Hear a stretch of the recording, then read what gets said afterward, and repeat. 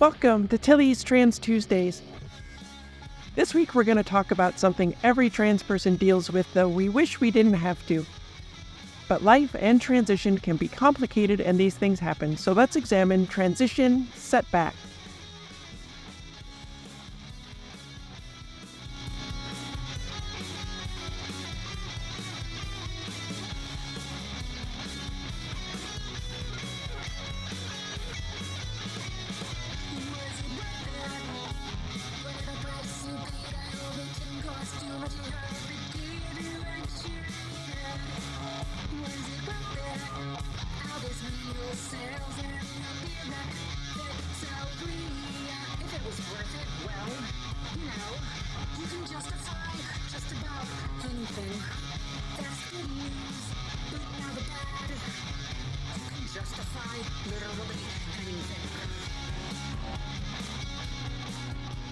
Hi, I'm Tilly Bridges, your host, and I'm joined by my writing partner, my best friend, my wife, our token cis representation, the hands that are always there to catch me when I fall, Susan Bridges. Hello. You have no comments about that intro? Cis isn't a bad word. If you think it's a bad word, you're probably a bad person. That's your song. Okay. Our guest this week is Caitlin Carroll. She's a marketing and communications executive that leads RTI international efforts to better enhance and improve the workplace experiences and lived realities for historically excluded populations. Her work currently focuses on enhancing communications that support racial justice initiatives and support the LGBTQIA+ community. In addition to her current role, she's served as a marketing director and CEO for national and international trans rights organizations and has presented to European Union delegates on hate crimes and violence experienced by the trans community internationally, the Irish legislature on trans rights and healthcare, and U.S. Embassy Dublin on ways to better enhance trans rights and legal protections. She's a storyteller and an activist that hopes to continue to share trans stories that lead to transformative education and social change. Outside of work, she creates art and poetry and is a self-declared nerd who loves all things DC Comics, cyberpunk, and Transformers. Welcome, Caitlin. Yes, thank you so much for having me.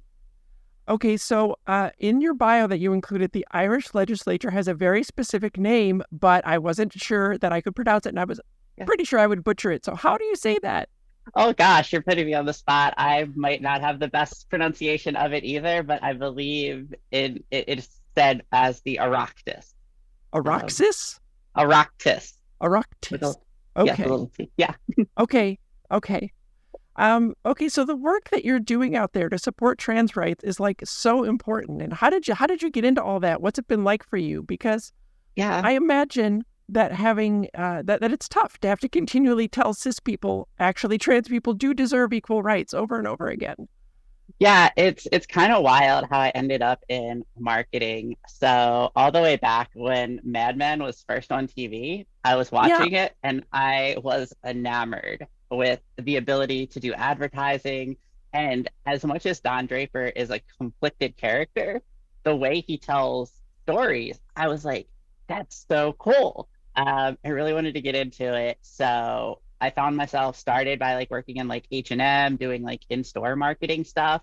And then it morphed into doing kind of like marketing for education organizations. And then when I came out in 2016, and then came out publicly in 2017, I was working for an organization that was doing like education, marketing, and then it led to actually the opportunity to start telling my story. My undergrad college, Randolph-Macon in Virginia, actually reached out and was like, hey, you have this religious studies degree and a master's in it. Do you want to talk about like being LGBTQIA plus like faith? So I was like, sure, that sounds great. And then from there, it just kept going because I was like, I at least am having these opportunities to tell stories that other people aren't. Yeah. And if I do have that opportunity, I need to use it. So yeah, that's kind of how I got started. And then since then, really, I've been lucky enough in marketing spaces to focus a lot on the things our community is facing and helping educate corporations or small businesses on how supporting trans people actually benefits their business, but also benefits the entire community. And I've really kind of enjoyed this career path. That's really cool. But is it intimidating when you have to speak to like government officials and be like, hey, give us rights? I mean, it seems like I would be a little freaked out. Yeah, it has been scary a lot of times. So like here in the US, it first started, I worked with like the organization Freedom for All Americans. They reached out and were like, "Hey, do you want to share your story?" And at first I was like, back in 2015, I was like, well, it seems like the culture is getting more accepting of us. So sure, I could do that. And that was kind of the intro. And then actually working with a couple of like letter writing campaigns here in North Carolina and seeing some of like the NC legislators actually get behind trans rights. Unfortunately, a lot of them now are scared to publicly talk about it, but that was an intro and an experience to go. These people are just people. And I think one of the biggest challenges all of us have is we see people with government titles and think they're in this special class that we can't hold them accountable or can't call them out. And maybe it's just because I've always been someone who hasn't put a lot of stock in honorary titles. And I'm just like, Yeah, this person has a title. Yes, they're a senator, but their opinion's wrong. So absolutely right. I'm gonna hopefully talk to them, and I've tried to use that to kind of like counter the nerves.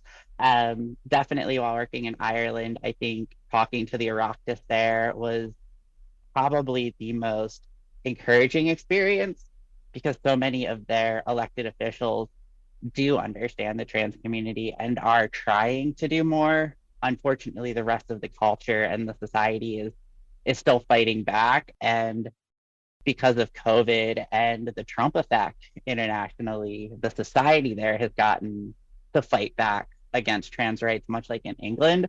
So Yeah. that side of it has been challenging and was part of the reason I ended up moving back to the States was just because of multiple threats that were against me.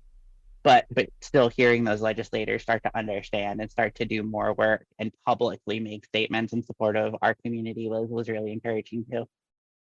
Yeah, it's rough. I mean, like, I don't know anything about the situation for trans folks in Ireland, but I know that it's not great in the UK, just like it is here right now. So it's Yeah. sad to hear that, the emboldening of bigotry has sort of spread, and it's a really depressing thing. Absolutely. And I think one thing that is really important to also kind of note and think through is so many of the US based anti trans organizations, their funders are donating internationally. Like it's become their international hobby. And I Yeah. think the work that we're doing back here in the States, as hard as it is also going to continue to impact internationally and hopefully lessen those negative experiences as well. Let's hope. We're all fighting for that better future, right? Absolutely. I do want to say, though, that holding people to account, like, it's important that we realize we all can do that on some level. And because, like, for example, I do have a day job. Yeah. And I work for very large companies. And I'm at a reasonably high level. So I feel like I can speak out on things that I didn't used to feel like I could speak out on. And also, like, today, like, if you work for a big company, you probably have some kind of instant messenger. Guess what? The president, HR, like, They're all on there. run all of those things are on there. So it's important, like, you can do a lot of different things if you just say, you know what, it's this person's job to say something or make a policy. Mm-hmm. And if you see something, you can say, hey, I noticed this. What's going on? Maybe we can talk about ways to fix it or make it more equitable. Well, yeah, like one example was I was working for a huge company when George Floyd happened. And the company I worked for is based in Atlanta. So there was a large number of Black people and they said nothing on Monday. So I was like, I just reached out to the head of HR and I'm like, don't you think you need to say something? Don't you think you need to make some sort of statement? When are you going to do this? Yeah, and not even just, I mean, it's important to do that like socially, but for all of your employees, that like all of your Black employees, they need to know you stand something. It was outrageous. Yeah. So, and I'm like, you know what? I'm just going to message them and say, I've noticed you haven't said anything. Yeah. Your employees have noticed you're not doing anything. Yeah. And with trans issues, I think it's important for the cis folks out there listening to know that they will listen to you more than they'll listen to us. So if you notice things that are not, equitable in terms of trans rights and acceptance, if you speak out, it will do a lot more than us doing it. So exactly. yeah. Yeah, and I think just to chime in on that, like the company that I work for is huge, and I just came on board in January, but they kind of had this entire awakening as an organization in light of George Floyd. And luckily, like the organization had employee resource groups prior, and because of the leadership of our Black employee resource group, they actually had that direct line in conversation with the C-level staff, and it's been transformative. You know, it's launched whole new initiatives.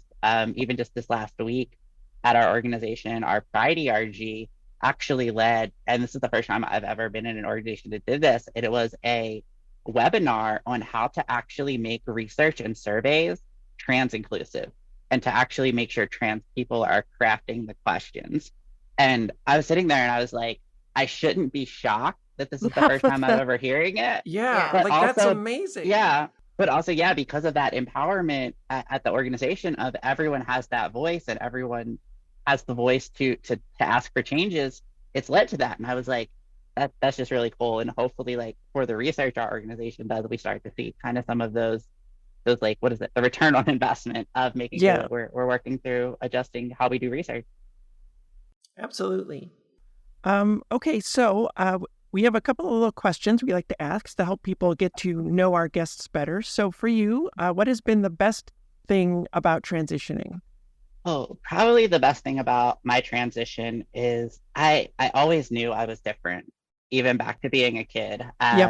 And you know, like as a 3 or 4 year old, I was, you know, lip syncing to Madonna and having conversations with my mom when she wouldn't let me go to kindergarten dressed like a girl. And I was like, but mom, you're a girl.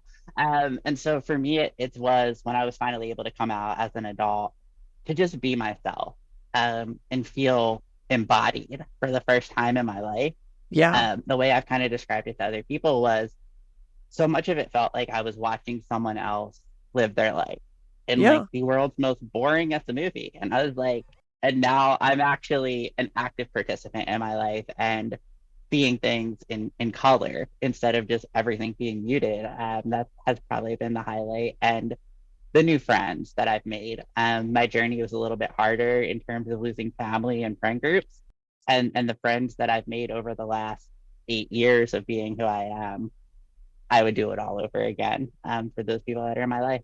Yeah, it's amazing when people really, really see you and know you and then accept you. That there's nothing like it. It's the best. Yeah. Yeah. Well, on the flip side of that coin, then, what's been one of the most difficult parts of transitioning for you? I think the first thing that comes to mind for me as the most difficult was going through a divorce, and the challenges that came with that, both emotionally, mentally, but also kind of like economically. My wife and I had been together for 10 years before we got separated, and just kind of growing apart, and both of us having that opportunity to pursue our freedom. The challenges it made was, oh, I had to take a step back and go, well, I don't have the money to pursue like laser hair removal, or I don't have the money to pursue a confirmation surgery, and kind of having to take a couple of years to kind of almost just reorient myself to where I was and how to get accessible and affordable healthcare, was one of the hardest challenges, because all of that also took place in the midst of COVID. So I was going through a separation, going through a divorce, and then also didn't even have safety in going to healthcare providers because they weren't doing anything. So that, I think, was probably the hardest, coming out of those 3 years. Yeah, it can be tough because, you know, when you come out and you tell people, those who don't accept you, that's a big upheaval. But there's other, you know, things related. Like it happens to a lot of trans people that come out that are married, you know, that the relationship doesn't survive that. And it's really hard. And it's a whole extra level of really giant life upheaval that happens. So I'm really sorry you had to go through that. I came out better on the other side. And I will say, like, the partner I have now, I adore. So I'm really lucky on that side too. I'm very glad for that. Okay, so after this episode, if people would like to find you online, where can they do that? So most of my social media is still pretty private. but I do kind of every once in a while accept new people on Facebook. So if you find me and send me a message and say, hey, you heard me on the podcast, it's Caitlin Carroll that way. And then also on LinkedIn, Caitlin Carroll. And I think the backslash is Caitlin Carroll 48 or something that LinkedIn assigned to me. And that's where I kind of do a lot of my public advocacy work and share the work that I'm doing in the marketing space too. Excellent. Okay, so let's discuss transition setbacks. This is something that I subconsciously knew going in and probably even consciously knew on some level. Few things in life happen in straight lines with uninterrupted forward progress. So why would transition be any different? Honestly, though, that's how my transition had been going up until the start of this year. And it was elating, right? I was constantly moving toward being the most me that I've ever been. And while it was slow because transition is a process, it was a gradual, constant improvement. But two things happened around the start of this year that dramatically impacted my transition, and it was really tough for me to deal with. So my hope is that by talking about them, I can help some other trans folks out there realize these things are normal. They suck, don't get me wrong, but they're also to be expected. Stuff happens, that's life. And I think if I had been more consciously aware of that, they might not have hit me quite as hard as they did. I kind of ended up feeling a bit blindsided, which is my own fault for thinking things would just continually get better forever without interruption. But things had been going so well and I was feeling so good that the more I became the true me, I guess I stopped thinking about anything going wrong. So let's start with the least serious of the two, though both were still very big problems for me. I've mentioned many times how changing my body pre-transition away from the quote-unquote dad bod that I had was still a very real part of my transition. It allowed me to get closer to me before I began my social and medical transition. And you can see the Trans Tuesday on body hacking for more on that, which was also episode 9 of this here show.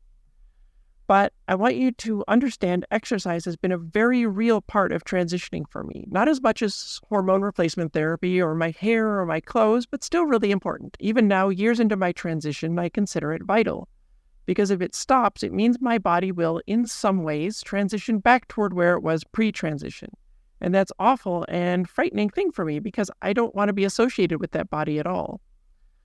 Around the start of the new year, I was doing bicep curls after my push-ups, normal exercising for me, part of the routine I did often, but for some reason, something went wrong in my left bicep.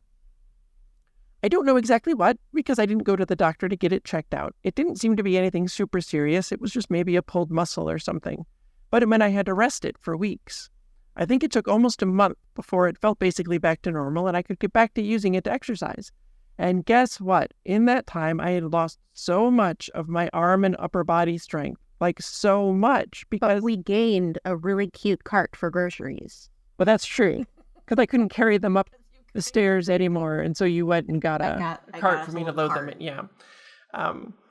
Yeah. Okay. So again, though, I'm fighting HRT at every step. I love being on estrogen, but it's not kind to muscle definition. And nearly a month with no activity had seriously depleted my strength. I could barely manage 100 push-ups in sets of 20. Now, I know some of you are going to be like, that's still a lot. And for some people, it certainly is. But it's a third of what I was able to do before, a drastic reduction. And it exhausted me, and I was totally wiped out from them. And that kind of crushed me because although it didn't change my physical appearance much, my biceps definitely got smaller. I don't know if anyone could tell but me, but I knew the truth, that I'd backslid and thus moved closer to where I was pre-transition. Caitlin, I wanted to ask you if you've encountered any kind of obstacles or setbacks in your transition that completely surprised you, like things that you maybe never even realized would be something that could happen that would make you feel like you were losing progress. Yeah, so I think for me, kind of getting on HRT, one of the things that was hardest was kind of similar to what you were talking about in terms of exercise, how much slower my body was to change, and also how much longer it actually took me to recover. Even kind of within that, one of the things I was doing to get in shape as I started HRT was I actually joined an MMA gym. They did self-defense. So I was learning like Krav Maga, a little Muay Thai, a little BJ. Yes. There was a little like jiu-jitsu too. That's badass. Yeah. And so like that was really cool. But also I was someone that I had played sports all the way through my entire like middle school, high school, college life. So I was used to like running around and just having endless stamina. And I just remember it was like 2 hours in to like an MMA class. I'm like, yeah, it's fine. I can do a 4 hour class. And I was just like, I'm done. My body is worn out. Right? Um, and I just didn't expect that. And even within it, like that got me down this whole path of also understanding like the whole sports debate thing as well. Like Yeah. our bodies are so different. So Um, different. yeah, and then also realizing like I couldn't just eat all of the jars of pickles because it would go straight to my hips. I'm just like, oh wait, I can't just eat anything I would anymore. So that was a little bit of a challenge too. And I think also one of the things that has been kind of like a harder setback was starting kind of like facial laser hair removal and then kind of COVID coming up and then losing access to it Yeah. and then having to kind of like fight with that. Luckily, I was able to talk to my doctor and get a cool prescription that also treats like facial hair growth. So that's kind of been able to jumpstart everything going better. But those I think were kind of some of the ones that stood out for me of unexpected and then like unexpected just stoppage of hair in the middle of it. Yeah. Losing Yeah. all of that muscle definition like really terrified me. It was Yeah. so hard to deal with because if there's like a timeline with a slider with pre-transition me on one end and 100% true me on the other, it had clearly moved toward the wrong end, however slightly, and that made it feel like the walls were closing in on me. It felt like the unending sea of dysphoria was there just behind those walls and the cracks were forming and it was threatening to come in and drown me again. And you can't rush, muscle healing or strength training. I'm only just now getting back to where I was before I got hurt. And it's been really tough to not push myself too hard to try and get back faster because doing so would likely only result in me getting hurt again. There was literally no way to make it go faster, which meant I had to just sit inside those cracking walls, feeling the trickle of water begin and do my best to slowly and methodically patch the cracks before I drowned. And then, in the middle of dealing with all of that, a much larger setback happened. I mentioned in the Trans Tuesday on Anecdotal Trans Healthcare that I didn't know there were two kinds of progesterone and I'd recently switched. You can also find that as episode 20 of this show. What I didn't tell you in that Trans Tuesday is that while the micronized progesterone has absolutely helped me with breast growth and developing small but very real hips, apparently medroxyprogesterone that I was on before suppressed my testosterone a lot more.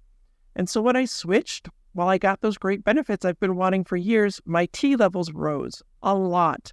And I want to take a second to let you know what that did to me. My body hair was growing a lot faster again, and that makes me really dysphoric. There's a whole Trans Tuesday about it. My facial hair also was growing faster to the point where all of my time-intensive shaving against the grain every morning was no longer leaving my face smooth for an entire day.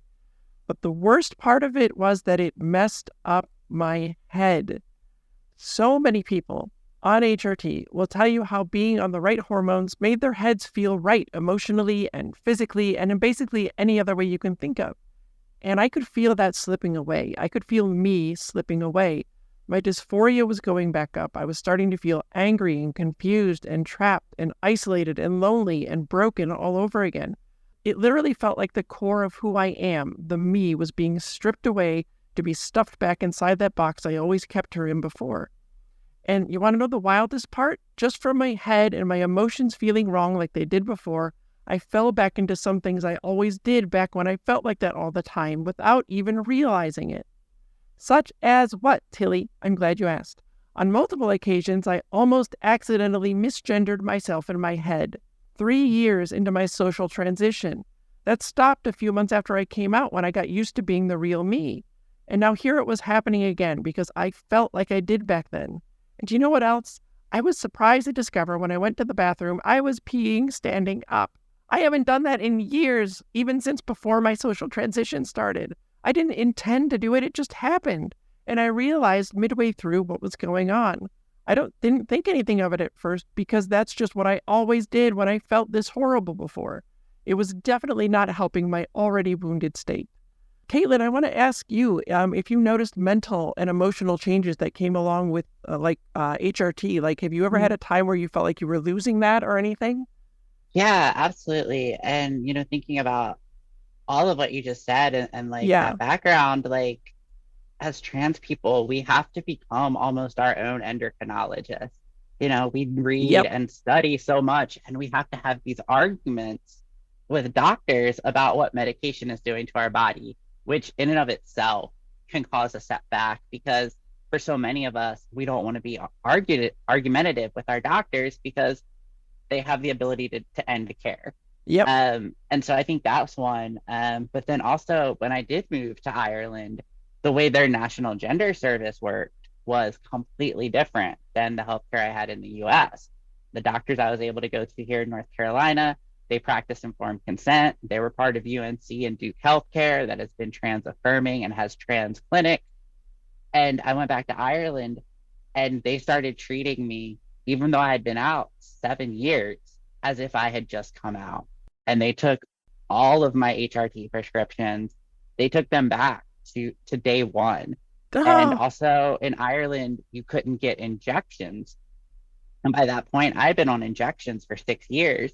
So I had to figure out how to take pills again and like how to switch to like the gel. But it was also at such a low dose that I could feel it almost felt like I had no hormones. And I felt myself go into this depressive state where if I didn't have work, I would sleep until 4 or 5 in the afternoon, get up, maybe eat some food and then go back to sleep because it just felt like everything had went back to that gray area. Yeah. Because all of my medication had been completely jacked up. So yeah, I totally can feel that struggle of you catch yourself misgendering yourself, questioning yourself, and it's all because someone else doesn't actually like listen to you or provide the best care.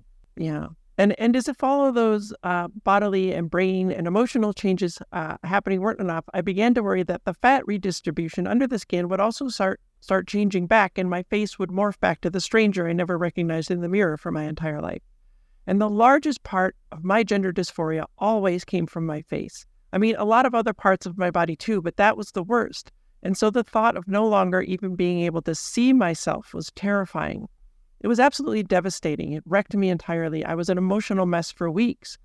And I was so mad that in order to get more of the body changes I want, breast growth and hips, I had to sacrifice all the other things I also want. Why does it have to be like this? It's so unfair. I didn't ask for this. Why can't I just be me and not have to deal with this? Can you even imagine what it's like to feel your identity is being stripped from you, ripped out of your mind and heart, leaving a cold shell behind? That's where I was, and my body was getting more dysphoric in 2 entirely different ways at the exact same time. But HRT is always about finding the right balance, adjusting as you go, trying to get more of what you need and less of what you don't. And so I adjusted, and now maybe I found an okay balance. My body hair is still growing faster than I like, but not as bad as before. My facial hair is back to staying gone for a day as long as I keep shaving it really close against the grain over and over again every morning. I'm still seeing the gains I want from the micronized progesterone, I think. My boobs hurt, so I'm pretty sure they're still growing. And I can see my little actual hips that make me totally euphoric. But above all, the hormones have adjusted enough that my brain, my thoughts, my personality, my me is back. I feel like myself again, and I'm so glad because those dark days where I felt almost like I was entirely cut off from the world again were so tough to deal with. Thank you for being here, Caitlin. I had a question. Oh, ask me the question first, and then I'll thank Caitlin again. No, I was asking Caitlin. Oh, ask Caitlin. Were you able to like convince them to stop being stupid? Like in Ireland and give you your higher hormone dose? Yes. I mean, the good thing is I'm not in Ireland anymore, so I can say this clearly. No, I had to go to DIY healthcare. I literally had to find it through Reddit because they wouldn't listen, and then they just stopped calling me back. And I think that's also a challenge a lot of trans people face in Ireland as well, is if you talk back against them, they will just cut your care off immediately. Wow. That should not be a thing they're allowed to do. Yeah. And that was just terrifying. It wasn't like they sent me an official one, but it was all of a sudden like, oh, well, we're just not going to call you back. We're not going to email you back. We're not going to update your prescriptions. So yeah, like having to then also go on do DIY healthcare and trust that what someone was sending me in the mail was the right stuff. And to inject myself with that, I think like that's really scary. And hopefully like we can get to a place where no one has to experience that. But yeah, that was what I had to do. Wow. Well, I'm glad things are better for you now. For sure. And thank you for being here. Thank you. You've been wonderful. I want to remind the folks out there again that few things in life are nothing but a straight path of progress. There are going to be twists and turns, ups and downs, and sometimes it's going to feel like you're going backwards. That's just the way life works. It's normal. But when that happens, please do not give up. There is still a way forward, even if you can't see it at the time. It's hard work, but you can find the path back to where you want to be. And when it happens, remember, you're not the first person it's happened to, and you don't have to go through it alone. If Susan wasn't here to help me through it, the despair might have eaten me alive. Reach out to those who care about you when you need it. We can find that path forward together. Tilly Bridges, End Transmission. Tilly's Trans Tuesdays is hosted by Tilly Bridges and Susan Bridges, with audio editing and sound mixing by Jillian Morgan. Special thanks to Daisy and Jane for the use of Sorry Not Sorry as our show's theme music. Please stop by and show your support at daisyandjane.bandcamp.com and soundcloud.com/daisyandjane. You can find me at Tilly Bridges on Twitter and Hive, on Mastodon at tillybridges at mastodon.social, at facebook.com/TillySBridges, and on Insta at HeckYeahTillyBridges. And you can find Susan on all of those at Susan L. Bridges. The Google Doc and social media versions of this week's topic and all past topics are available at Tilly'sTransTuesdays.com. For more information, visit pendantaudio.com. Thanks for listening.